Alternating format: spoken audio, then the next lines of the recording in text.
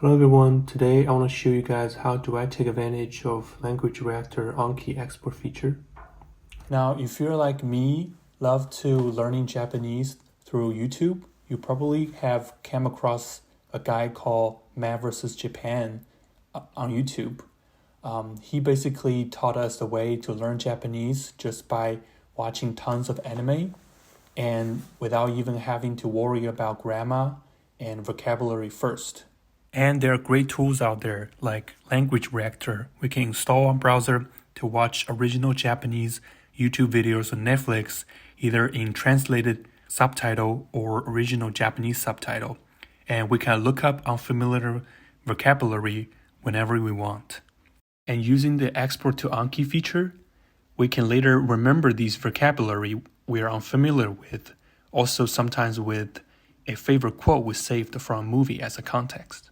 And if you're like me, an absolutely beginner in Japanese, you probably will find this way very enjoyable and fun in the beginning, but soon later find out that you don't even have enough of a vocabulary to start learning this way.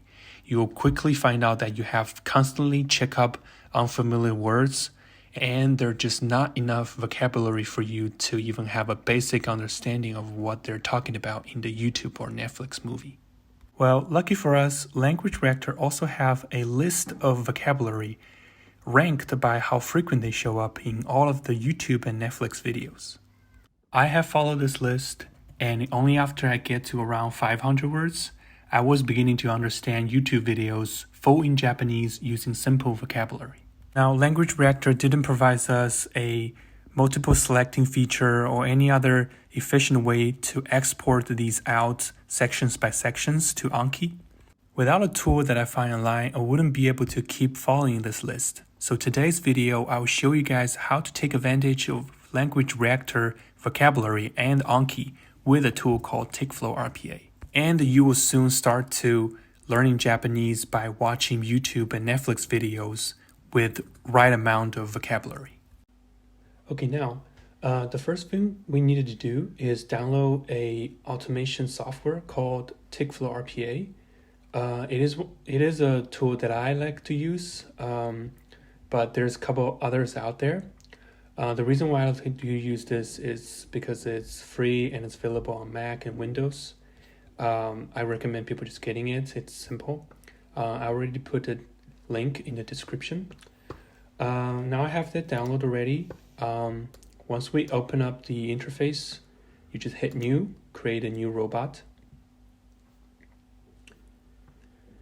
Okay, now in here, we wanted to open up a browser inside, just to save us to downloading a bunch of extension on our own browser. I already have that opened, and you want to log in your own account on Language Reactor. And then once you have these already, you go back to the editor. You're here to capture the elements. This is for letting the robots know where to click. And then you will see the red box showing up as you hover over these words. And on Mac, you hold down Command, and on Windows, you hold down Control, and then click. On this window, you want to go to Edit. You want to scroll down to the last one, and then uncheck these two, and then go up to the indexed, the one with the indexed. This number might varies, just doesn't matter. Just the fourth one from the bottom. Uncheck the index equals 1, and check the data equals 3.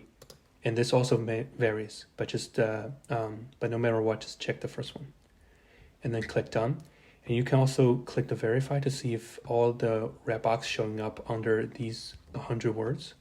I wouldn't show it here because it has some bugs showing up, but it will be fine. Once you have that, click done. And now you have all of that words selected. And from here, we wanted to drag out a couple of commands. First, we want to search up open and drag the get open web page. And this is for letting the robots know where to click, which website to click. And we're just gonna leave the setting as it is. Next up, we're gonna search click element. And then on here, we're just temporarily going to select this one. This is called masu because it's randomly name picked after the elements you click on. You will have different names. Just click on the ones that you capture here. Click on done, and later we're going to come back here to select a new one. You'll know. And click on advanced. We're going to change the button from left click to right click. Change the delay from 1 to 0 to make it faster. And now we're going to search up loop. We're going to go down to the loop through similar elements web, drag it over here, and on the target we're going to select masu. This element. And we're going to click done, and all of these we're going to leave as it is. Click done, and remember to drag the click element web in between the loop. And now we're going to open up again and change this to web loop element. Okay. And now everything should be working. Okay, now we're going to hit run to see if we have it successfully built.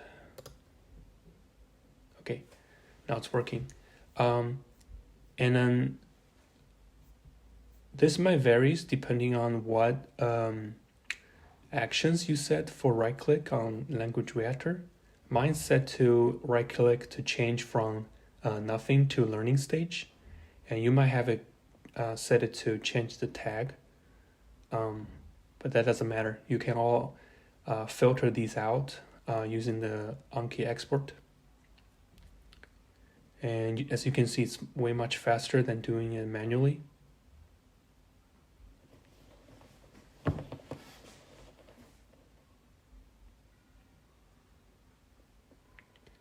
And it's finished. Okay. All right.